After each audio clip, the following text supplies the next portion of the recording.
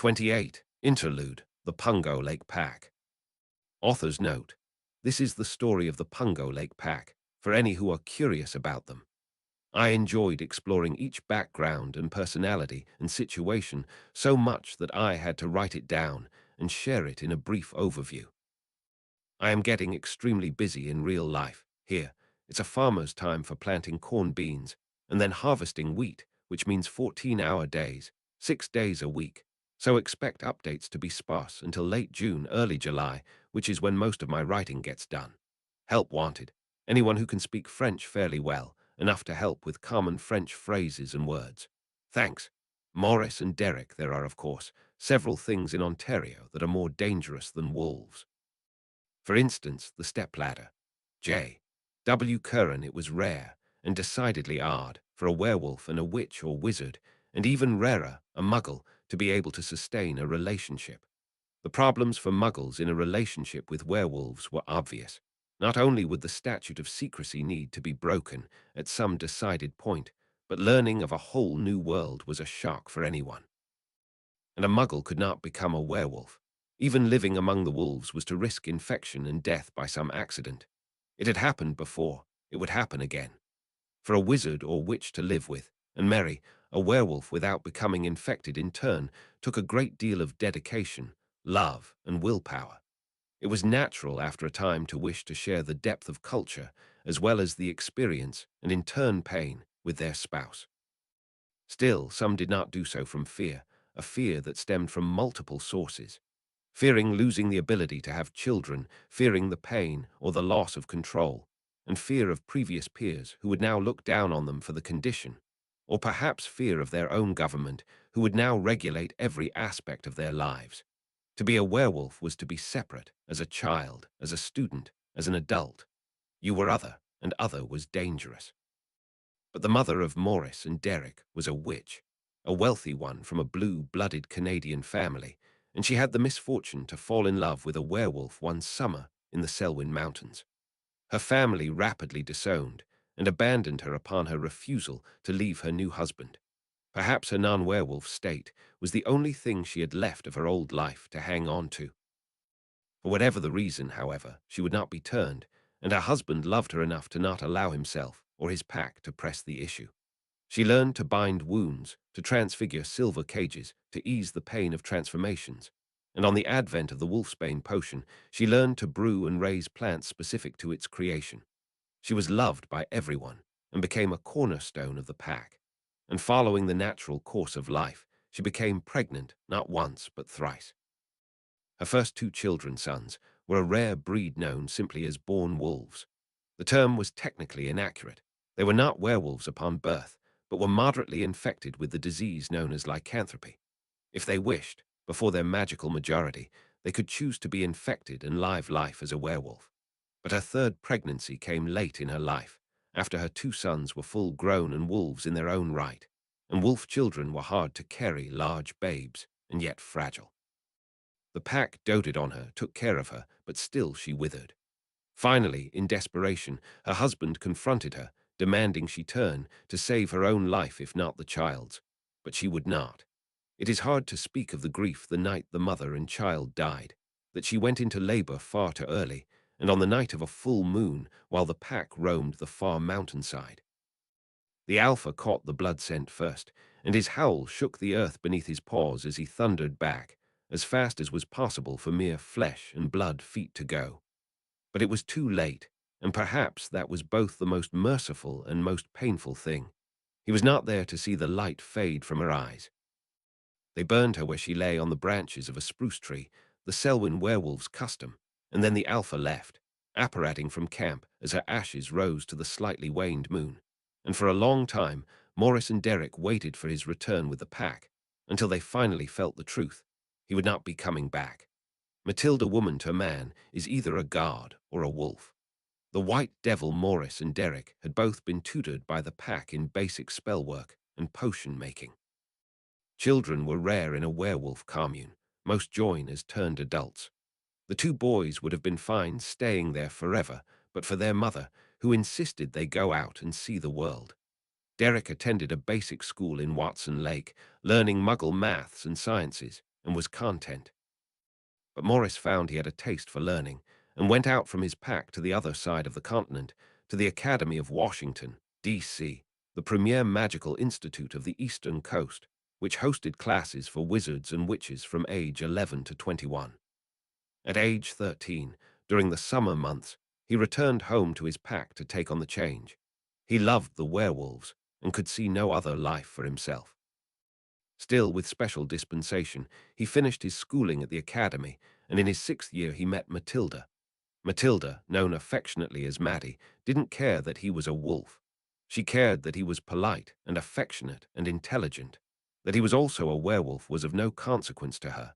She could let him go for one night of the month. Her friends thought this odd, and soon she herself was too odd to hang around with. But by then she had fallen in love, and hardly noticed the lack of chipper girls or flirting men around her in classes. She had Morris, and that was enough. Maddie became a potions mistress in her own right, and after graduation and her potions mastery, wished her old life farewell. They returned to Canada, and she met his pack, his father and mother and brother, and lived that summer among the werewolves, seeing how life was. On the first moon of autumn, she was turned by her own fiancé as he stood in front of her, his gentle golden eyes locked on her own, and on the second moon she changed, a large grey wolf with dark streaks down her side that strongly resembled the streaks in her own brown hair. Pungo Lake, we have doomed the wolf not for what it is, but for what we deliberately and mistakenly perceive it to be, the mythological epitome of a savage, ruthless killer, which is, in reality, no more than the reflected image of ourself. Farley Moat Morris was an alpha in his own right, a large black wolf and larger man with an air of command. The pack loved him and would have welcomed him as their own after his father was gone. But Morris could not stay, not with his mother's blood still echoing in his nose. Another man, red-haired and furred, took over the mantle of the pack, and Morris and his wife and his brother left the wilds of the Selwyn Mountains to find somewhere else, somewhere fresh, the howls of their former packmates in their ears. They were all moderately talented in many different skills useful for witches and wizards living in the wilds: carpentry, herbology, potions making, wood skills. Morris was their leader as they traveled, a role his younger brother never coveted, and they kept on the move, visiting packs and working odd jobs for board and food, as well as the occasional wizarding settlements. Morris wanted to settle down somewhere to call their own, but most places that were still large and wild had been settled long ago by other packs. They could have attempted to join one of these larger established packs, but none had fit well with them. It was while visiting the Yosemite pack that they learned of the new release of red wolves into the swampy refuge on Alligator River and the Pocassin Lakes, and the initial success of it. Morris had been intrigued, and after discussing it over with his wife, contacted the North American Bureau of Magical Affairs, which oversaw the area not just of the United States, but many of the small settlements in Canada and Mexico as well.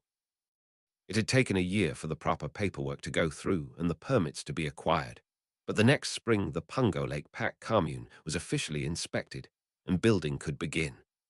By law, any werewolf seeking a new home could contact them for admittance, but werewolves were generally a close-knit, family-oriented group, and there was no contact from other wolves until 2 years after the three had moved to North Carolina. Kevin and Julie wolves are harmful to humans in many respects. They attack livestock and dogs, wild ungulates and other useful animals, spread diseases, and attack people directly.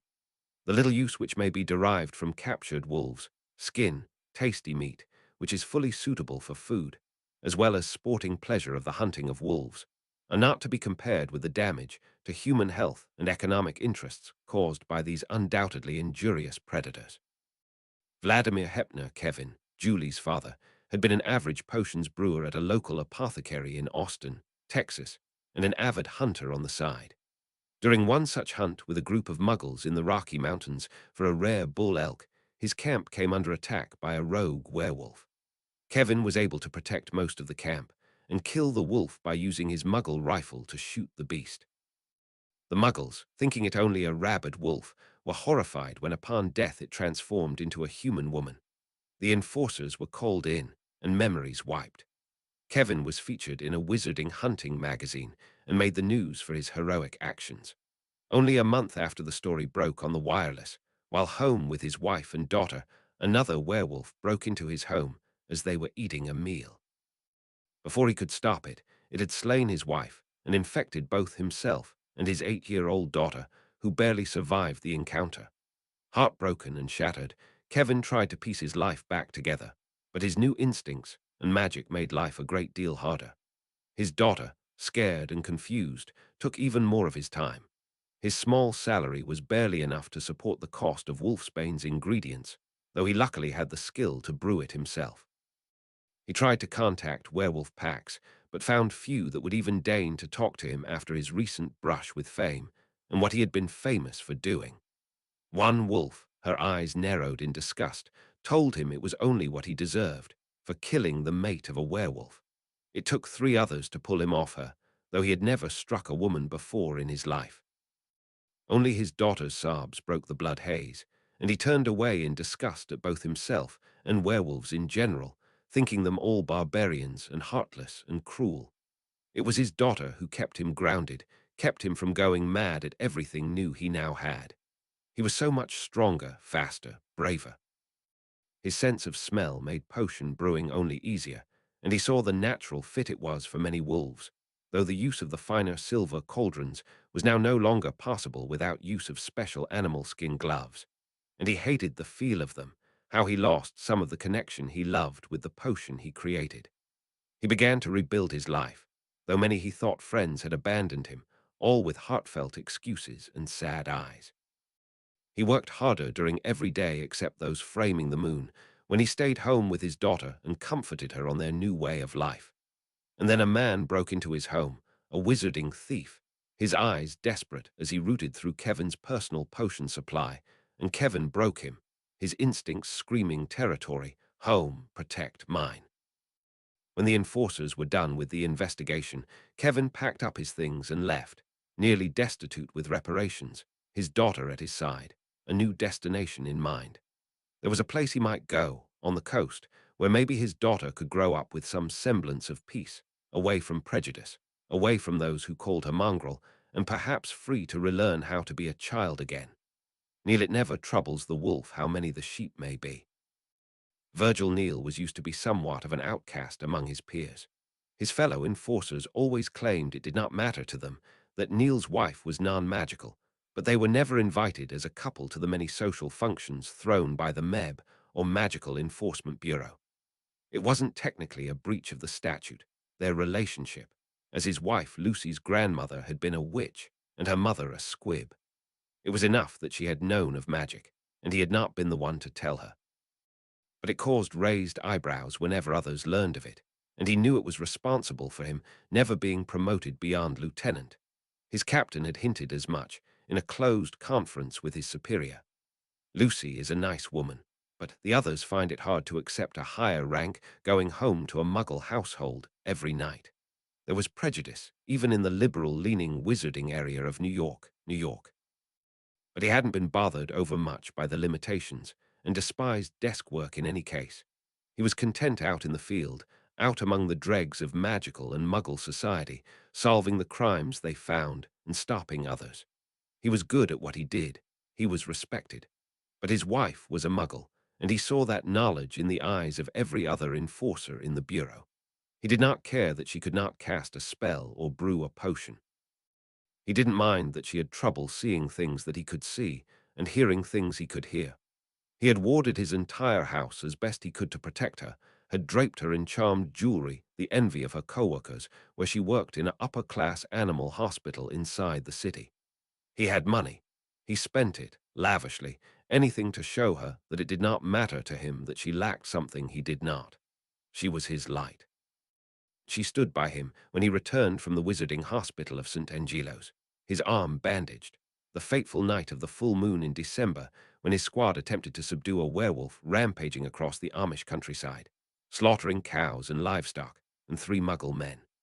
Enforcer Jeffrey had killed it with a well-timed, overpowered Argenti dent, a child's jinx to turn teeth to silver, and in the wolf's case, a fatal mouthful of poison, too close to brain and heart to be reversed in time. as if the enforcers would, after their lieutenant and another enforcer had both been infected. Better for the beast to die and face true justice for its crimes than escape under legal clauses none agreed with. Neil had thought it would be bearable, having another wizard going through the same rigmarole and regulation. But the loss of first his job, then one by one his friends took their toll as the months passed. He attempted to find more work, and soon realized just how unfair the wizarding world was to those living under disease and plague. Doors were shut, some in his face, others as he walked away in polite acceptance. Then ex-enforcer Howard was found dead, apparent suicide by colloidal silver, a simple muggle dietary compound, and Neil realized if not for his wife he would have lost everything and been tempted by the same fate. Escape through death seemed simple enough for a werewolf. But Lucy continued to shine, locking him away in the special silver cage once a month, sitting by his side while he paced and growled and bloodied himself, gently cleaning him up afterwards, singing a special lullaby her mother had always sang to her, that she had hoped to sing to the children they now would never have. A muggle woman could not bear a werewolf's child. He began to tire of searching for jobs, tire of existing on his wife's salary, tire of the city and its lights and smells and overwhelming crowds of people. It was her idea to look elsewhere. If it hadn't been, he never would have mentioned it, knowing she loved her job and the home they had made together. A simple change of scenery, dear one. Perhaps something in the country. I have a degree in veterinary science. I can work nearly anywhere. He had walked into the bureau, past what had once been co-workers and subordinates, to a place he had dreaded going. The Werewolf Support Service, an understaffed and infrequently used place that many considered a joke in the bureau, a place to send those one step away from being fired as punishment and a warning. He found the name to several communes and wizarding settlements open to werewolf presence, though it depressed him to find less than a dozen the country over. One, only a few years old, was only a few hours' travel down the eastern coast in a muggle vehicle, and Lucy knew how to drive. It was worth a visit. Grace, thou art my sworn brother. I'll tell thee, I do love that more, that witch, very constrainedly. She knows some of my villainy. I do love her just as a man holds a wolf by the ears, but for fear of her turning upon me and pulling out my throat, I would let her go to the devil. The white devil Grace was everything a stereotypical model would be. Tall, blonde, and slim, with electric blue eyes, the envy of her fellow editors at Witch's World, a working witch's go-to magazine for everything from fashion to men to work. Her focus had been with the advice columns, and her specialty, the pursuit of handsome and hopefully rich wizards. She didn't hesitate to say what she meant, and she never hesitated to take what she wanted. Perhaps some of her nasty, and most certainly jealous, co-workers called her names behind her back, things like wizard hunter, broom slut, or the funniest of all in her mind, harpalicus. It never got her down. Insults were the prerogative of those who had nothing for those who had everything, and she had it all. Popularity, money, men, any and all she wanted. Of course, she should have known that that one hulking man had a secret. He was simply too handsome and polite to not, but she hadn't let it bother her. She was Grace Falcon, editor of Witch's World, and nothing could take her down. Except, she found, turning into a wolf once a month. Her infection was anticlimactic at best. The details, sordid and risque, she preferred not to speak of, though it might bring another sort of fame to her abruptly infamous life. The man she could never find again after that one night, which was a shame. She had practiced the castration spell specifically for his benefit. At first, the worst part was losing her job. Her friends, catty the lot of them, were no great loss. She didn't like them anyway. But her job, it defined her as a witch, as a woman. She thought the new angle for single American werewolf might have gone over well with the magazine, but her editor-in-chief thought differently. Then it was the allergies. Why, what god had made werewolves allergic to silver? She loved silver. All her favorite jewelry was silver, all her expensive plate settings lined in the beautiful metal, her spoons matching its gleam. But getting new cutlery and jewelry soon dimmed to the horrible smells. She loved living in Trenton, New Jersey, but soon the horrific scent drove her from the streets, a manicured hand over her petite nose. She dreaded stepping one high-heeled foot from the house. Luckily for her, she had a nice nest egg saved up, and the expense of wolfsbane was negligible for her. She wouldn't truly have to work another day if she lived frugally, though she supposed boredom would off her soon enough if she found no outlet. Not to mention men found her much less attractive with her furry condition. She would have thought her athletic figure was only enhanced by the disease, but she quickly found a new bane after her first horribly inconvenient full moon: the hair. Her apartment was modern, decorated by famous wizarding duo Frank and Ferdinand Trishka in stark black, and whites with elegant carpets and leather furniture. But in wolf form, she found a problem she was blessed not to have in her true life: she shed. Her fur was mostly white, and if she did say so herself, she made a quite strikingly beautiful wolf, as she would have expected if she ever would have thought of herself becoming something so inconvenient to her lifestyle. But after one night, her beautiful fur graced not only the dark carpet, but the black sofa she had delicately laid on, and in the morning she found puncture holes in its buttersoft surface from her sharp claws. Merlin's beard, broom, and balls. She cursed and accepted the inevitable. She would have to relocate. She carefully packed her things, researched locations that she deemed bearable, and pinpointed one that may fit. After a polite talk with the leader of the commune and his most handsome brother, Derek, she withdrew her galleons and prepared for a new life on the East Coast, though she insisted on furnishing her very own cabin to her quite reasonable standards. Cabin, how quaint, she sniffed and apparated away with a sharp grin. Laurie, one who is not willing to risk his child, will not catch the wolf. As quoted in John S. Rossino, ABC Dictionary of Chinese Proverbs, Laurie was a young girl living with her grandfather when it happened. Her parents had died years before, in a freak potions accident that had leveled their home and much of the neighbors as well. Laurie had gone to stay with her only surviving relative on her muggle-born father's side, Grandfather Harry, a muggle row-crop farmer in rural Illinois. She was 6 when it attacked, but luckily a muggle rifle could tear the flesh of a werewolf as easily as it did a true wolf, though it took more bullets. She had disobeyed, sneaking out into the garden before dawn to see the roses open their blooms and the fairies come out, as she had read in her picture book, and the wolf had come from the fields, grey and slim and fanged, its claws wickedly sharp. The last thing she ever saw was the moon, pale and full, shining through the misty morning air, crisp and cool against her hot face as her blood spilled into the ground. Grandfather Harry heard her scream and reached for the rifle beside his bed, shooting straight through his bedroom window at the monster that had his granddaughter, and only when he saw it change to a gaunt young man did he dial the MEB instead of the Muggle emergency services, the phone number one he had been given when he had also been given custody of a minor witch. They apparated onto his farm and took her away with the body of the monster, leaving no evidence behind except her absence. He unable to follow her to the hospital for those people, because he was normal. He worried about her as the weeks passed with little word, other than that she had survived. Then one day, as he rumbled up the long driveway from the fields in his open cab tractor, he saw them on the porch, a large woman holding the frail hand of his beloved Laurie. He rushed to her, and only once his booted feet touched the last step onto his wooden porch did he realize her once beautiful green eyes were pale and faded and blind. The scars covered her face, and later he would find they also stretched down her torso, nearly slicing her in half. The werewolf did not intend to infect. The woman, the witch, said, her voice kind yet cruel. But she is now, and I must set certain precautions in place. Grandfather Harry learned to live with a werewolf as he had learned to live with a witch for a granddaughter, one day at a time, with prayer and thanksgiving. He had never cared that she was magical, and now never cared that she was a werewolf, just as he would never care that she would always be blind. Instead, he sold off his remaining acres of land.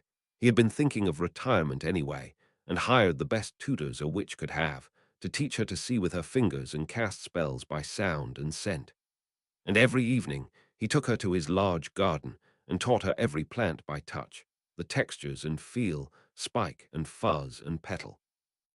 After many years, it was her turn to take care of him, her careful spells easing his last years, her eyes brimming with tears when he asked of her his last wish. "Don't be alone, Laurie. Please." After the funeral, she paced for a week in the memorized confines of the house, afraid to leave, afraid to step out into the unfamiliar darkness of the outside world. But she had promised, and had felt the brochure her grandfather had translated into Braille on the printer bought for that very purpose. There was a place she could go to be among others of her kind if she wished, if she was brave enough to step out her door. She had promised, and she went and found another home. The wolves taught her to run with them, for she was as blind in wolf form as in human. She found a place for herself in the large gardens that sustained the Pungo pack. She had promised, and she wasn't alone. Zeke, physiologically, we know a great deal about the wolf, although we still have much to learn. But why should we continue to study the wolf? Some people curse the animal, others deify it. As scientists study it, we may be able to blunt these extremes and place the wolf in proper perspective. Viewed from the inside, the wolf is a large, intelligent canid predator with a variety of interesting biochemical, neural, and hormonal adaptations. It is neither good nor evil. David L. Meck Zacharias, who would only allow others to call him Zeke, had been a boy whose life followed an easy path. The youngest of three siblings, he had been the only boy and spoiled because of it. New clothing, new gadgets, and on his 16th birthday, a new muggle car, for both his parents were muggle-born and proud of their culture. Their children would learn to drive, learn to use computers, learn to have a foot in both worlds. It might have been dodging the statute at times, but worthwhile to them, and to their children. It gave them an air of sophistication to fit in so easily in the city around them. Living in Miami, Florida, with its roaring muggle life and bustling wizarding businesses was a fast-paced life. Zacharias made good grades. He played Quidditch as a beater and was ruthless at it. High-strung, his professors told his parents, but it was with a smile. Then one night, he allowed his friends to take him to a wizarding bar on the west side of Palm Alley after a particularly stinging defeat in an inter-school Quidditch match. They were 16 and should not have been allowed alcohol, but the bartender that night was an older brother of another player, and it was understood they would spend the night at that friend's house. But first, Zeke wanted to show them his new car, and of his friends only one before had rode in a muggle vehicle. They laughed and piled in, and Zeke took off into the streets, high on life, on fire whiskey, on the full moon shining above them. It was something that played out all across the country, when teenagers and cars and alcohol mixed together, and the tragedy that commenced was not to end for the driver. At the crash site, Zeke dragged himself free, the only one who had worn a seatbelt, the only who had known what a seatbelt even was, buckling it on from pure ingrained habit, sick and shocked and wide-eyed. His palms hit the rough asphalt and dug in, skinning his hands, and then his knees, and he shook his sweaty hair out of his eyes, and did not look behind him, knowing what was there and so very sick. He lay face down on the pavement in the night air, gasping, crying, and beginning to fumble for the chain around his neck, the location charm his parents insisted he always wear.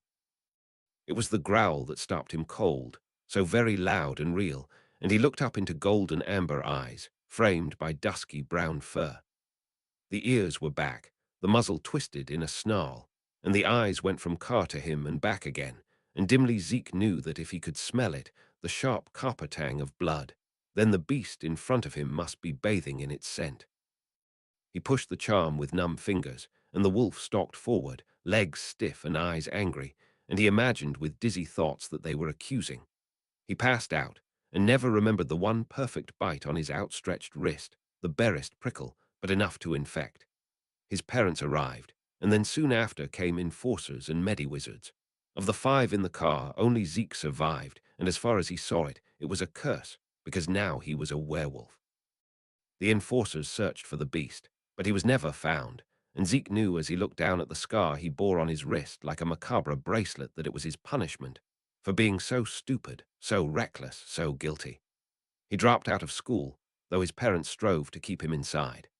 When they continued to push him, he ran away, moving from place to place, stealing food and money, slowly going mad with guilt and grief and pain. On full moons, he used his wand, glad he was too old for the trace, to transfigure bars of silver between tree trunks to hold him inside. He had always been an expert at transfiguration and a near genius with charms. If only he could conjure food, he would vanish forever into the forest, until he finally got the courage to end it all. Later, he would total the time and know he ran for 2 years, 3 months, and 27 days. But he only judged it by the moons that passed, reveling in the wolf even as he hated his human half. The wolf was pure, loving, joyful. As a man, he was a murderer, worthless, a bane on society. He traveled in the wooded paths, avoiding civilization, going from one wild place to another. Then, along the coast, he sang under a full moon and heard an answering howl. In all his travels, he had not encountered another werewolf. Now they came, surrounding his makeshift prison, their golden eyes traveling over him. 8 of them, ranging from black to grey to one pure white wolf, looking on in curiosity as he snarled back at them. Then one stepped forward, twice his size and black as midnight, and around him came a feeling of dominance and power and command, so much so that he dropped to the ground and bared his throat, hoping that perhaps this being would finally put him out of his misery. And he waited, as the hours passed, every fidget met with a commanding snarl, until with the first rays of the sun he felt the change, every bone snapping out of place, his skin a wave of agony, his throat hoarse with screams. He looked up with human eyes as the bars of his cage were dispelled, to see a large black man with a wand in his palm and a cheerful smile on his face. "Hello, cub." He went back with them, subdued, and was fed and given his first bath outside of rainwater, and he told his story, wincing and fidgeting and longing to run.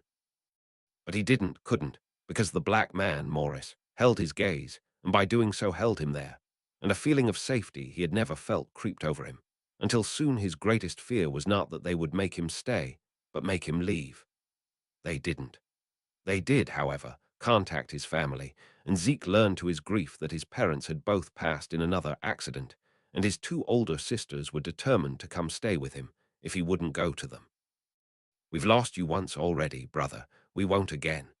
He hadn't thought the wolves would let them stay, but they didn't mind having another 2 witches in the commune, especially ones like his sister Glory, who could cook the most marvelous meals from barely anything, and Hilary, who insisted on being called Hank, who had a talent for building magical structures and making them stay.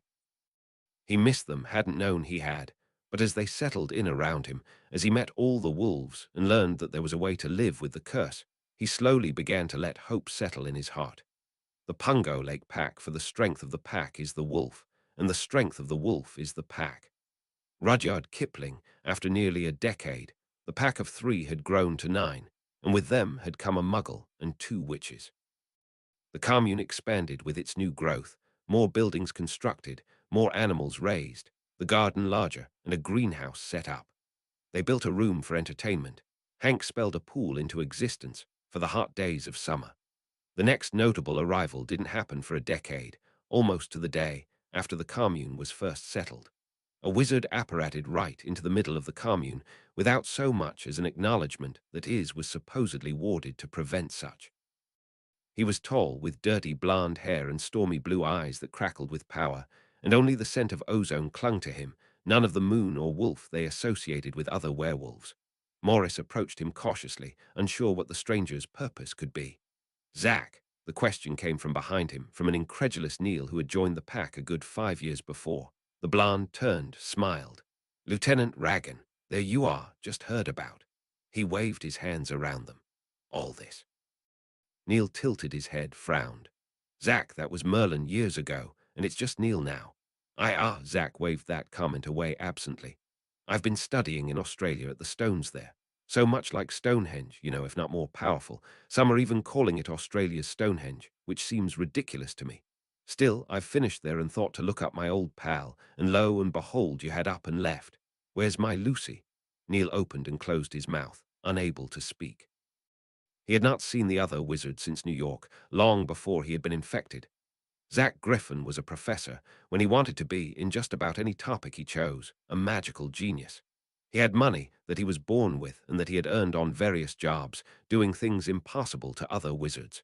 If he hadn't always been so kind and so, well, innocent, Neil might have been jealous of his friend. Friend.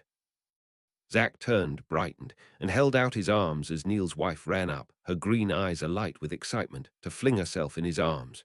Neil sniffed, though he couldn't help but smile as he watched them. He hadn't told his friend of his misfortune, already having been disappointed by so many others. "Is that all right, Neil?" He looked up, confused, and Zack laughed. "What?" Neil said defensively, embarrassed to have been caught daydreaming. Beside him, Morris smiled. "Of course it is." Neil looked around, saw all the wolves had drawn close, eyes curious. Lucy shook her brown hair, stepped away from Zack to embrace him as she spoke. "Zack's retiring." Neil glanced over at the man, who he knew to only be in his 30s, and who only grinned unrepentantly at his incredulous look. "And wants to move here." "Here," Neil repeated dumbly. Zack laughed. "I'll build me a tower or something, a ways up in the woods perhaps. Privacy for my studies. I've decided to write a book, do some experimenting on my own, and thought a place like this would be good for me, peaceful and the like." Neil stared at his friend, who he knew had more money and power than Guard, and tried to fathom why he would think a werewolf commune would be peaceful. But then again, he figured a werewolf might not present many problems for the wizard, whose animagus form was an overly large black panther. Zack grinned around. "Introduce me, Neil. Quit gaping like an idiot." Neil did so slowly, still putting it together in his mind. First Morris, the alpha, then his wife Mattie and brother Derek. Then Grace, Derek's on-again, off-again lover, or whatever they considered themselves, followed by Kevin and his teenage daughter Julie. Laurie was next, her pale green eyes blind but smiling as she nodded in Zack's general direction. Last was Zeke and his two sisters, Hank and Glory, who both eyed Zack like he was the next thing on the menu. Neil swallowed a smile and cleared his throat before slowly leading them on a grand tour of the facilities. One thing could be sure, with Zack around, life was sure to always be interesting. To be continued. 3 and 7, tilde asterisk tilde tilde review please.